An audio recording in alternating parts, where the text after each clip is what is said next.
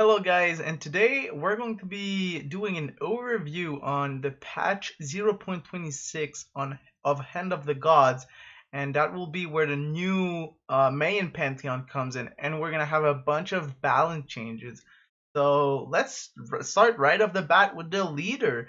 We're gonna have Apwash, and his ability will be to deploy a 1/1 zombie anywhere on the battlefield. Now, you have to understand, guys, that seems powerful, but zombies are melee unit, right? And they have only one movement. That's right, they only have one movement. So, basically, the Mayan Pantheon is gonna revolve all around with zombies. So that's what Hapuash and or his minions will do. So, first cards we have for the Mayan Pantheon, we're going to have. Oh yeah, for all of those who are wondering, I go any further, the patch should be deployed next Wednesday, normally, if it's on schedule. Um, and yeah, like I said, we're gonna have lots of Mayan Pantheon, and we're also going to have golden cards. I don't know if they talk about it. New neutral card, balance, general. It doesn't seems like it, but we'll have golden cards. Basically, they're just golden cards. They don't do anything else. So moving away with Virtual Strike, 0 mana, you deal 1 damage, and if the target is a skill, you leave behind a zombie. This is going to be really useful. I mean, it's kind of a different Crescent Blade when Crescent Blade was 0. Now this, you're going to see the zombies, how well they combine all together, but I don't think this is really going to be impactful. We have Blood Right. You deal 1 damage, and this spell gains +1 damage for each damage-friendly unit you control. That could potentially be effective, but it's like a Manifold Blade, but different again. So yeah, I don't think really. Maybe some people are going to use that as a good removal. But then you'll need damage units, and your zombies only have one health, so it's hard to damage them while not killing them. So yeah, we'll have Lingering Dead, a 1 mana deploy 2 1/1 zombies. Okay, though you have to think about this, guys. Zombies only have one movement, and when you deploy 2 zombies, you deploy around your summoning stone. So even if you put them on the frontis of your summoning stone, it's still going to take like 3 turns in order to get to the opponent's summoning stone. So that could be really good at defense, but offense, not really. Unholy Offsprings, another 1 mana, and it's going to destroy a zombie and deal 3 damage to an enemy god. And that's good. That is good because your leader ability gives you a zombie anywhere on the map. So it is really, really useful to be able to just destroy one of your zombies and deal 3 damage to an enemy god. It is god, so it's strong, but it's not unit. Maybe they made a mistake here. Maybe they decided to change when we're going to go patch live. Because keep in mind, guys, these are not finals, right? They can always make change at the last moment, or forget to do some change, or add more changes that were not in the patch notes. Keep that in mind. I have one change that they didn't cover here, and that is Kepri. No, they did add it. Okay, they added after. Perfect. Okay, so we're good. Nonetheless, let's just follow me on that one here. We're going to continue, and we're going to have Corpse Explosion. So for 2 mana, you destroy all your friendly zombies, and you deal 1 damage to enemies adjacent to a zombie. So, I mean, why can't your zombies just attack them, right? This will be useful if you have multiple zombies surrounded by multiple units, or if your zombies are like you just deploy them and they're unable to attack this turn. So it's cool and all, and it kills all of them. So maybe there's some in the backline you don't want to die. So yeah, it's gonna be niche to use this card also. You have Dead from Above, a 2 mana that drops a corpse from the sky and deals 1 damage to all adjacent enemies. So that's like a little explosion. in a zone for 2 mana, 1 damage. It's okay, honestly. It's it's it's like a worse rushing thunder. Yeah, that's exactly what it is. And it's 2 mana also. So yeah, a little bit weird here. Probably going to gives a head up to some of the some of the harder stuff about that one. I don't know how it's really different than or better or worse. I mean worse of course than Rushing Thunder, but yeah. The Foul Bounty, it's gonna be 2 mana, and if you control 2 or more zombies, you draw 2 cards. I like that. I really like that. So you want your zombies, and you get the draw. It costs less than War, the Egyptian card that makes you draw 2 cards. So yeah, that's really cool. You're probably going to see it uh, in some like aggro or decks or stuff like that, so they don't run out of fuel. Hoonbats, and this one is really interesting. He's a god, of course, and it's going to be 2 mana, 1/3, and whenever another friendly dies, it gains +1/+0 and +1 movement. So he can camp in the corner just like the Imperial soldier, and just get super huge, especially when all your zombie dies and your stuff like that. With corpse explosion, and all of the other stuff that we already saw. Then we're moving to a Wheelix, a 3 mana 2/1 god also that ignore the first application of damage every turn. So she has like a little aura around her, and whenever the first damage happens, she loses the aura, and then you can kill her normally. So she's really good on her turn, so you can attack for free basically. And on their turn, they have to invest 2 sources of damage attacking her. Now we have Blood Bond, which is a 3 mana kill a random friendly and enemy unit. And the keyword here is random. So you could kill one of your epic legend. You could kill like your fire giant. And you could kill like a curse warrior on this side. But if you only have zombies and he has only big cards, that could be really good. But I don't really enjoy these kind of RNG cards like that when you can lose a lot. And like not only it has to choose one of your weak friendlies, but it has also to choose one of his high threats. I mean, if he only has one big unit on board, of course it's gonna be good. And if you only have bad, but still, each unit kill leaves a zombie behind. That could be really powerful though. So at least you get that bonus from this. From 3 mana. It's decent. Now we're gonna have Shiva Lanke, who's gonna be range gods, right? Because Hunbats and Wheelix were melee. Shiva Lanke is range, and he's gonna be 3 mana 2/3, and he's gonna have Warcry, select Sun or Moon. And what these do, Sun will deal 1 damage to everything on the board, including Shiva Lanke, and Moon will all enemy units now attack in melee range. And I believe that will affect the range units on board, basically. So that's really powerful because you keep the being range, right? So she won't like it, but it's gonna be a lot of control. We're gonna have Cabrakan, a 4 mana. It doesn't say because they will change it, but it was a 2/7 when they showed it to us on Twitch. And on the enemy's turn, deal 2 damage to adjacent enemies of Cabrakan whenever a card is played. And yeah, they play a card, you deal 2 damage around. So if they spawn something, it will be damage if they spawn it around Cabrakan also. So keep that in mind. We're gonna have to raise from the grave, and that's really powerful. It gives for 4 mana, you give other friendly zombies +3/+3. This is actually really, really huge. If you have multiple zombies, which is not that hard to do. Then we have Sever. 4 mana, you deal 3 damage to a unit, and if it's a friendly has died this turn, which is pretty easy to do, you deal 5 damage instead. That could wipe like the Yanis's and like the Hells in the backline that are so annoying, and more stuff like that. We're having a Muzen who's also range, a 3/3, and he deploys 2 hives. And what hive do, let's just jump here.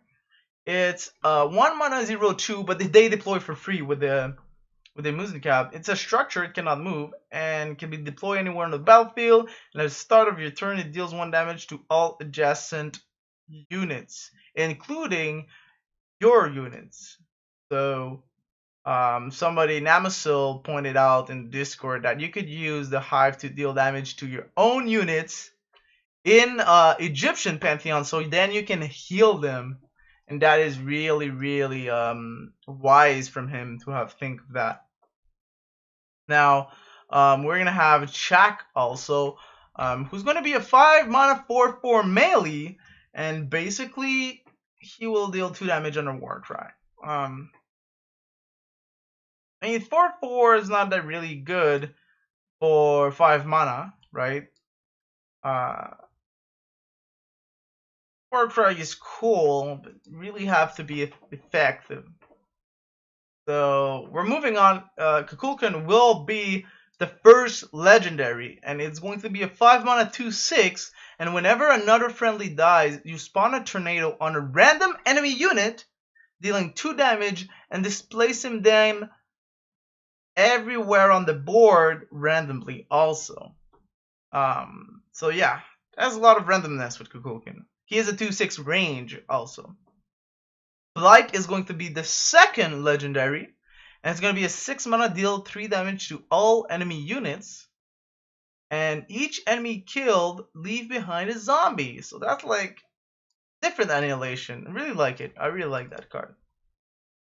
And of course the zombies, when making your army and then you just like raise from the grave. Oh, it's gonna be amazing. We're going to have also Decay, which being a 6 mana, turn an enemy unit into a friendly zombie. That's a better execute, because you get a zombie out of it. But I like it. I really enjoy it. We have another heart removal, and heart removal are really good sometimes. That's really helping the Pantheon. Low removals here, high removals with Decay. Love it. Kamzat is going to be 7 mana 5/5. With charge and Warcry, and he eats, consume all friendly zombies, and he gains +1/+1 for each zombie consume. So think about it, right?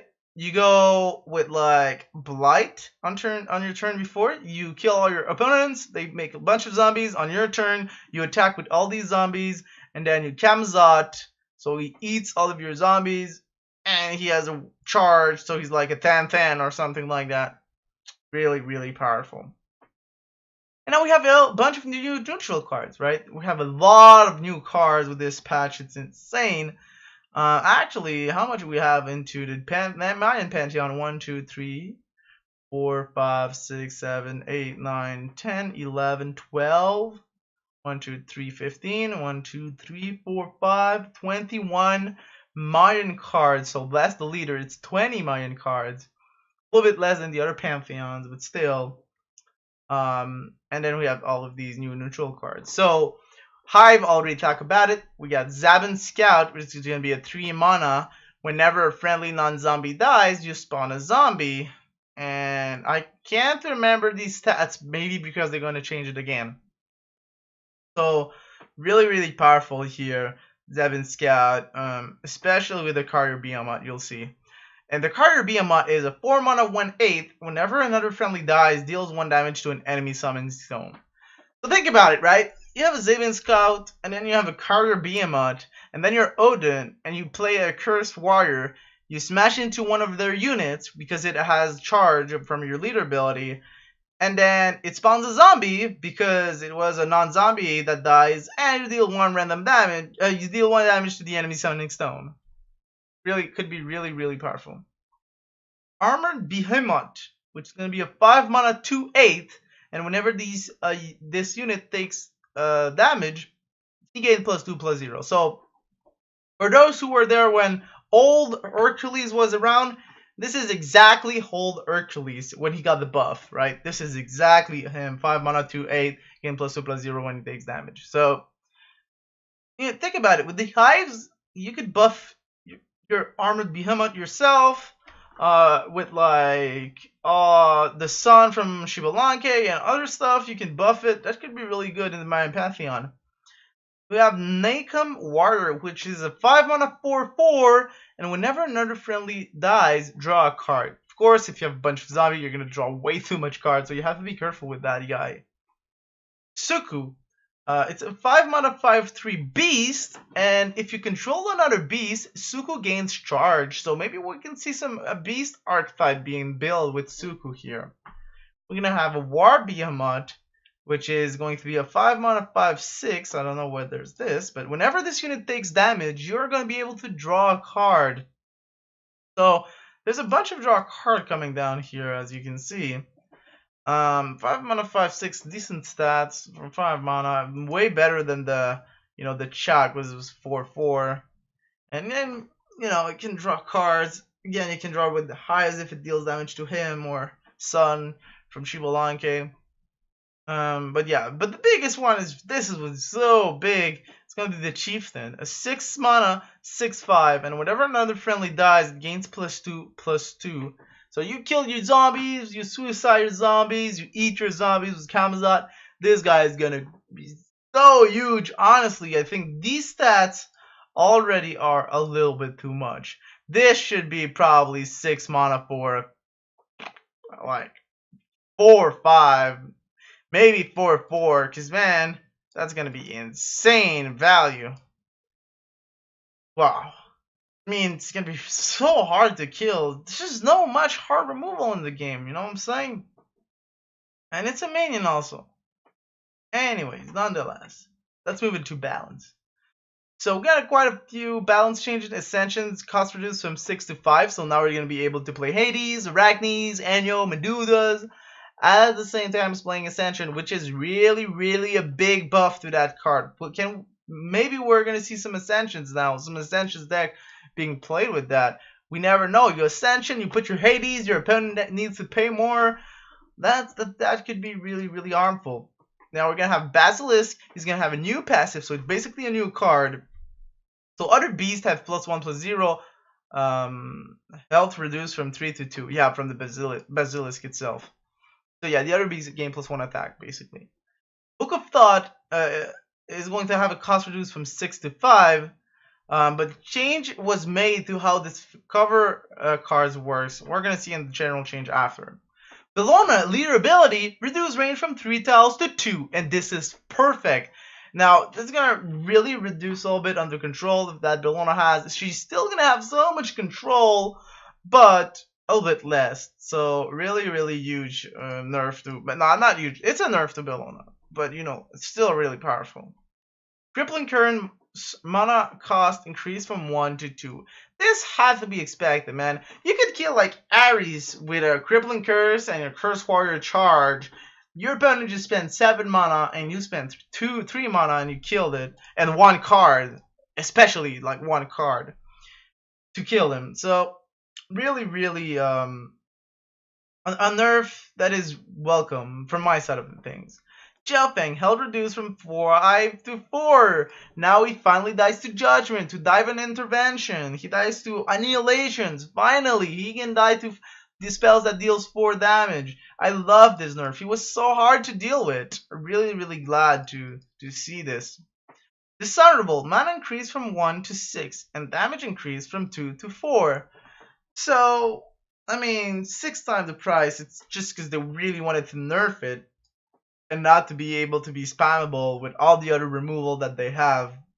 And damage increased to 2 to 4. At least they're gonna have a board wipe now. I mean, they already have Rain of Arrows, kind of, but that's gonna be twice the price of Rain of Arrows and twice the damage, but with the same condition as the Dishonorable. So a nerf.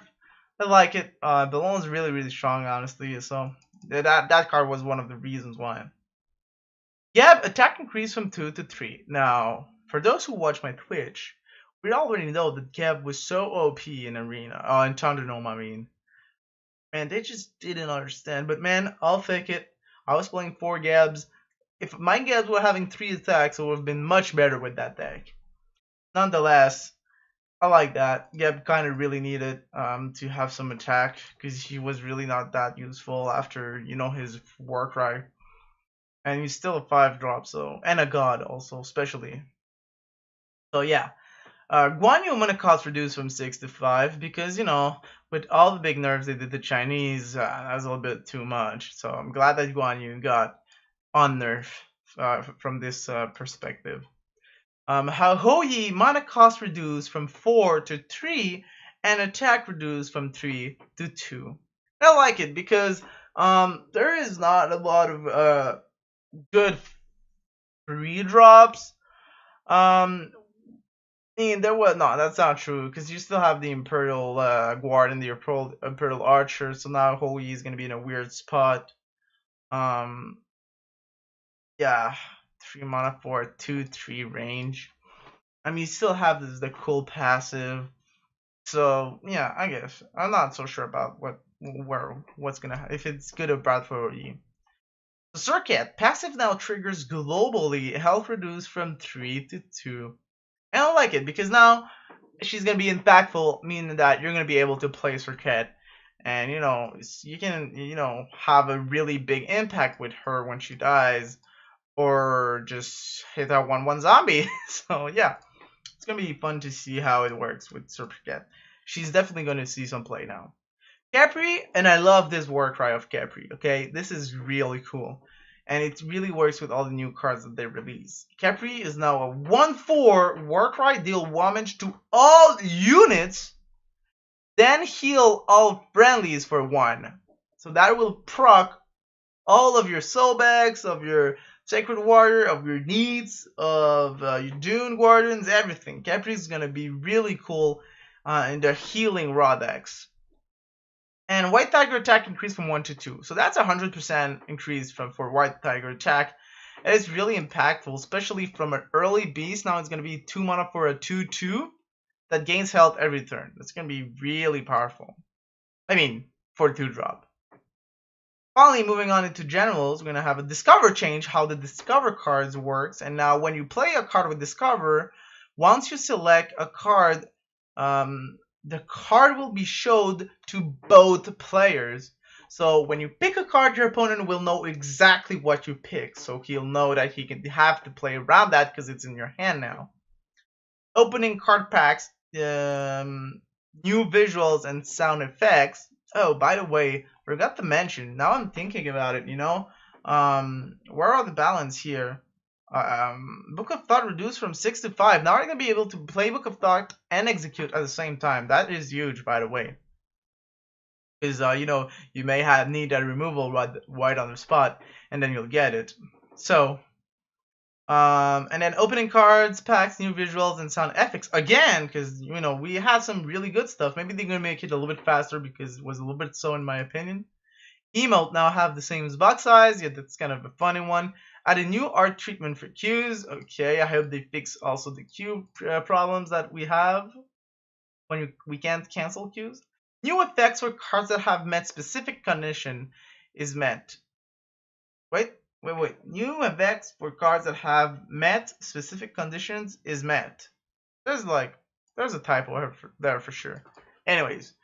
Example, Judgment having a highlight when 2 gods are on the board. I think it glows orange or purple. They, like Scott said it was purple, but then when they show it in game, it was orange. So, take it. Both colors will be really, really helpful because they're going to be like glowing, meaning that, they have their condition for like the extra damage or extra stuff meets.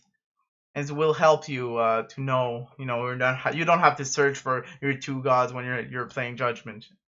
And new gold cards. Every cards will have a gold version. These are only obtainable through core packs.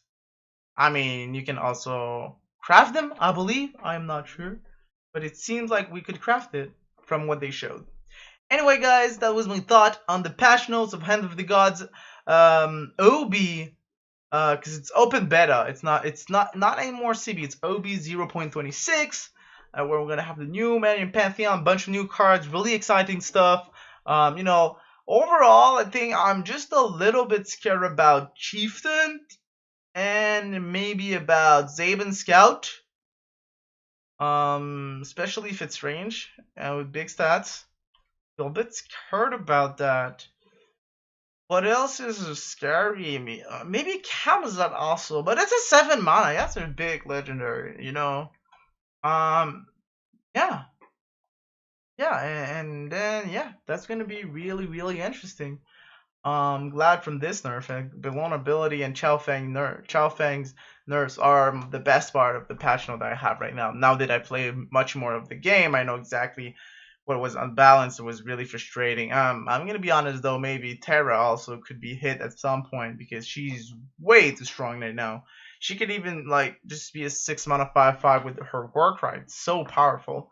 Nonetheless, that was my opinion. Hope that you guys enjoy it.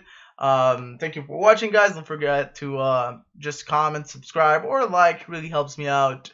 And I'll hope that you learn a lot today, and I'll see you in the next video.